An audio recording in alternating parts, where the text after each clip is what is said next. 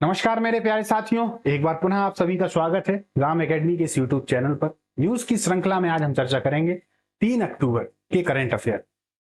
3 अक्टूबर में जितनी भी महत्वपूर्ण जानकारियां हैं एग्जाम पॉइंट की दृष्टि से, जो भी महत्वपूर्ण फैक्ट हैं वो पूरे के पूरे आपको इसी क्लास में मिल जाएंगे। एक बार फिर से मैं आपको बताऊंगा, जो लोग टेलीग्राम से नहीं जुड़े हैं टेलीग्राम से जरूर जुड़ जाएं। इसका जो पीडीएफ है वो आपको टेलीग्राम पर ही मिलेगा, क्योंकि क्लास बिना पीडीएफ के बेकार ही है।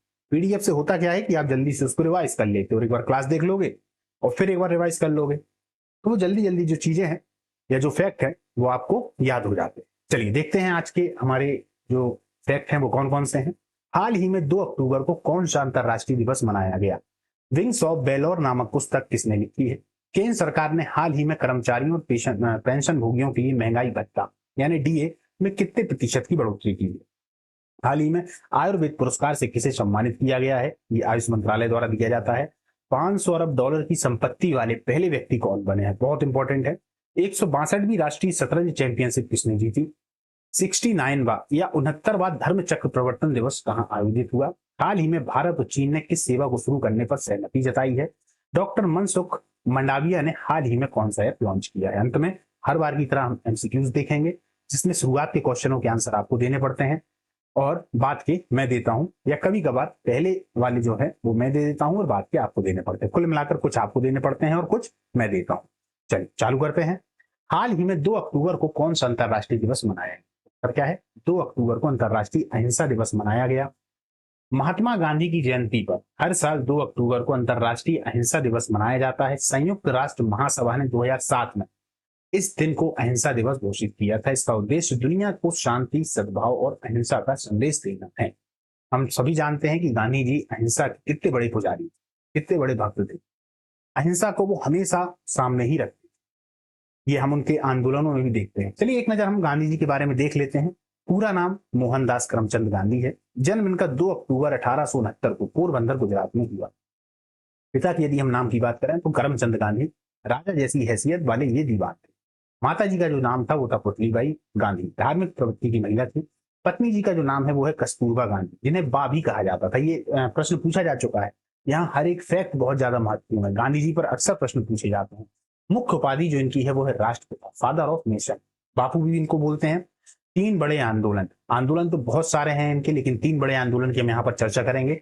असहयोग आंदोलन 1920 से 22 तक चला, अंग्रेजी शासन का बहिष्कार करने के लिए। आपको याद होगा जो चौरा चौरी हत्याकांड हुआ था, उसी के बाद में असहयोग आंदोलन को स्थगित कर दिया गया था। कारण क्या है? अहिंसा। अहिंसा को गांधी जी सर्वोपरि मानते हैं और चूंकि उनके अनुसार जो चौरा चौरी कांड है उसमें क्या की गई थी? हिंसा की गई थी। इस वजह से उन्होंने असहयोग आंदोलन को वापस ले लिया। सविनय विज्ञान आंदोलन 1930, नमक सत्याग्रह इसी से जुड़ा हुआ है। नमक कानून उन्होंने सबसे पहले तोड़ा और उसके बाद में सविनय विज्ञान आंदोलन जो है वो चालू। सविनय विज्ञान आंदोलन के बाद ही हम भारतीय इतिहास में पढ़ते हैं कि कहीं ना कहीं राउंड टेबल कॉन्फ्रेंस होती है, गोलमेज सम्मेलन होते हैं, जहां पर गांधी जी जो दूसरा वाला सम्मेलन है उसमें पहुंचते भी है ना, लेकिन इनकी जो बात है उसको माना नहीं जाता और ये वहां से लौट आते।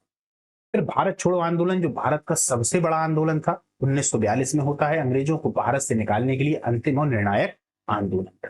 ठीक है, ये भारत छोड़ो आंदोलन था। यहीं पर उन्होंने करो या मरो का नारा। विशेषता, उन्होंने अहिंसा और सत्याग्रह को स्वतंत्रता संघर्ष का हथियार बनाया। उनकी जो मृत्यु है वो 30 जनवरी 1948 को नाथूराम गोडसे, एक व्यक्ति उनके द्वारा गोली मारकर हत्या कर दी गई थी। इस दिन गांधी जयंती मनाई जाती है।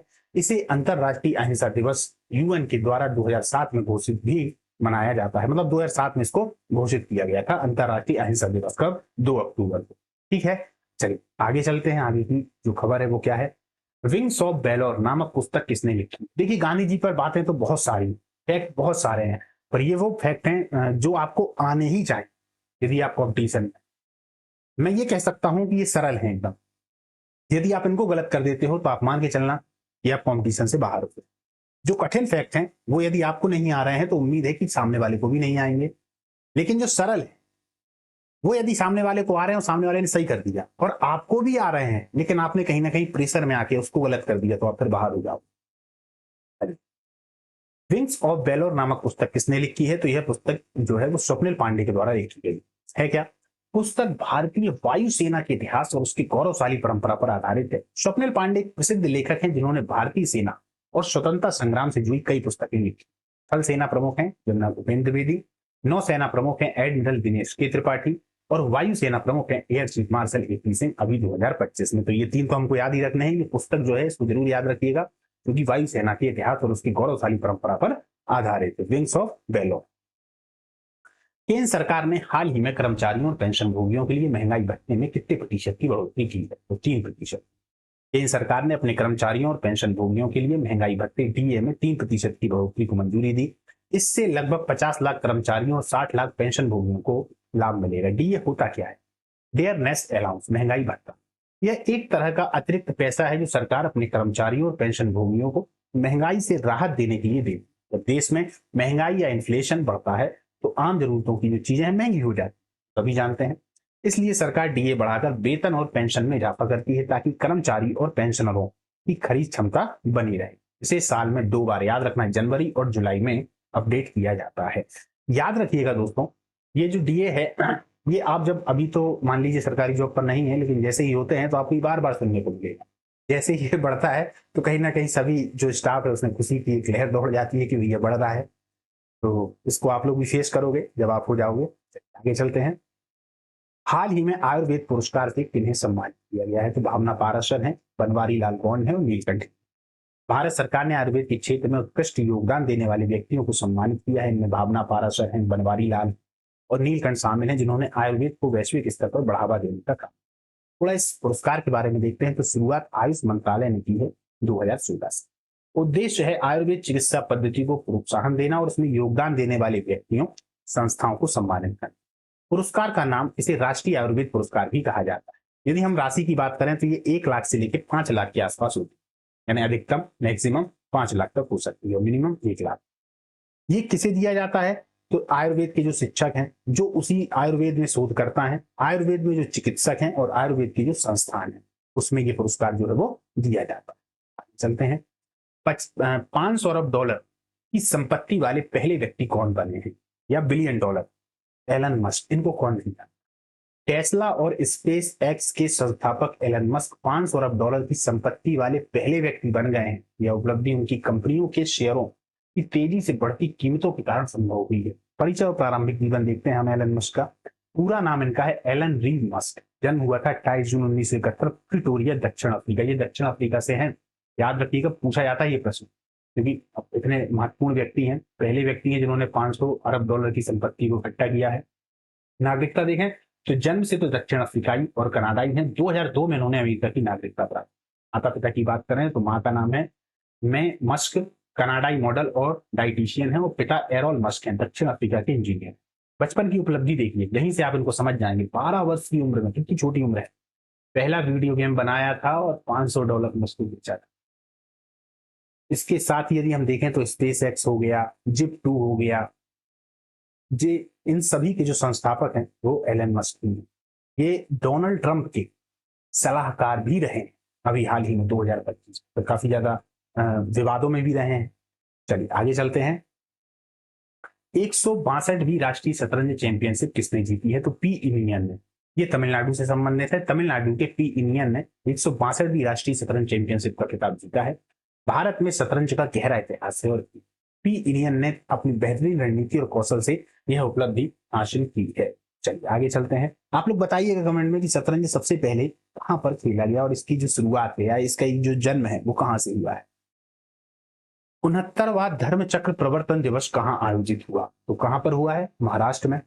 69वां धर्म चक्र प्रवर्तन या 69वां दिवस महाराष्ट्र में आयोजित किया गया। यह बौद्ध धर्म के इतिहास से जुड़ा एक महत्वपूर्ण आयोजन है जिसे डॉक्टर भीमराव अंबेडकर की बौद्ध धर्म दीक्षा से जोड़ा जाता है। धर्म चक्र प्रवर्तन एक अत्यंत महत्वपूर्ण बौद्ध शब्द है जिसका अर्थ है धर्म के चक्र को घुमाना या धर्म का प्रचार प्रारंभ करना। हम सभी जानते हैं, इतिहास में जब हमने पढ़ा है, बुद्ध को जब ज्ञान की प्राप्ति हो गई थी तो ज्ञान की प्राप्ति के बाद उस ज्ञान को उन्होंने देना चालू किया, और जब सबसे पहले उन्होंने इस ज्ञान को दिया, सारनाथ में ये ज्ञान को सबसे पहले जो 5 भिक्षुक हैं उनको देते हैं। इसी घटना को बौद्ध धर्म में धर्म चक्र प्रवर्तन कहा गया है। यहां पर यदि इस लाइन को देखेंगे तो आपको समझ में आएगा कि धर्म के चक्र को घुमाना या धर्म का प्रचार प्रारंभ करना, यही बौद्ध धर्म में धर्म चक्र प्रवर्तन है। बौद्ध धर्म से जुड़ी हुई काफी सारी ऐसे फैक्ट हैं या जानकारियां हैं जिनसे संबंधित कहीं ना कहीं क्वेश्चन पूछे ही जाते हैं। तो आप लोग उनको अच्छे से पढ़िएगा जब भी आपके एग्जाम हो। जैसे बौद्ध जब सिद्धार्थ हैं, जब वो घर से निकल रहे हैं तो उसको कहा जा रहा है महाभी निष्क्रमण, है ना। निष्क्रमण का मतलब ही होता है घर से निकलना। फिर जब उन्होंने अपना जो ज्ञान है वो देना प्रारंभ किया तो उसको कहा गया धर्म चक्र प्रवर्तन, है ना। जब वो समाप्त होते हैं, निर्वाण को प्राप्त होते हैं, तो उसको कहा गया महापरिनिर्वाण। इस तरीके से बहुत सारे ऐसे फैक्ट, चलिए हम कभी उन पर चर्चा करेंगे। आगे चलते हैं, आगे का क्या है पॉइंट। हाल ही में भारत और चीन ने किस सेवा की शुरू करने पर सहमति जताई है? तो उत्तर है हवाई सेवा। भारत और चीन ने हाल ही में सीधी हवाई सेवा शुरू करने पर सहमति जताई है। इससे दोनों देशों के बीच व्यापार, पर्यटन और सांस्कृतिक जो संबंध है वो मजबूत होंगे। डॉक्टर मनसुख मंडाविया ने हाल ही में कौन सा ऐप लॉन्च किया है? तो उत्तर है माय भारत एप्लीकेशन। भारत सरकार के केंद्रीय मंत्री डॉक्टर मनसुख मांडविया ने हाल ही में माय भारत एप्लीकेशन लॉन्च किया है। इसका उद्देश्य युवाओं को डिजिटल प्लेटफॉर्म के माध्यम से सशक्त बनाना और उन्हें सरकारी योजनाओं से जोड़ना है। चलिए अब आज के हम अपने एमसीक्यूज देखते हैं कौन कौन से हैं। हाल ही में 2 अक्टूबर को कौन सा अंतर्राष्ट्रीय दिवस मनाया गया है? विश्व अहिंसा दिवस, अंतर्राष्ट्रीय योग दिवस, विश्व पर्यावरण दिवस या अंतर्राष्ट्रीय शिक्षा दिवस। तो कौन सा मनाया गया है? विश्व अहिंसा दिवस। ठीक है, ड्राई डे भी इसी को बोलते हैं, 2 अक्टूबर को ही। चलिए, केंद्र सरकार ने हाल ही में कर्मचारियों और पेंशन भोगियों के लिए महंगाई भत्ते में कितने प्रतिशत की बढ़ोतरी की है? 2, 4, 3, 6। इसका आंसर किसको बताना है? आपको बताना। 500 अरब डॉलर की संपत्ति वाले पहले व्यक्ति कौन बने हैं? Jeff Bezos, Elon Musk, Warren Buffett या मार्क जुकरबर्ग। आपको इसका आंसर देना है कि कौन बने। ठीक है, आज की हमारी ये जो क्लास है दोस्त, ये यहाँ पर समाप्त होती है। इसके बाद में हम मिलते हैं अगली क्लास में, अगली तारीख के साथ में, अगले फैक्ट के साथ में, अगले करंट अफेयर के साथ में। तब तक के लिए जय हिंद, नमस्कार।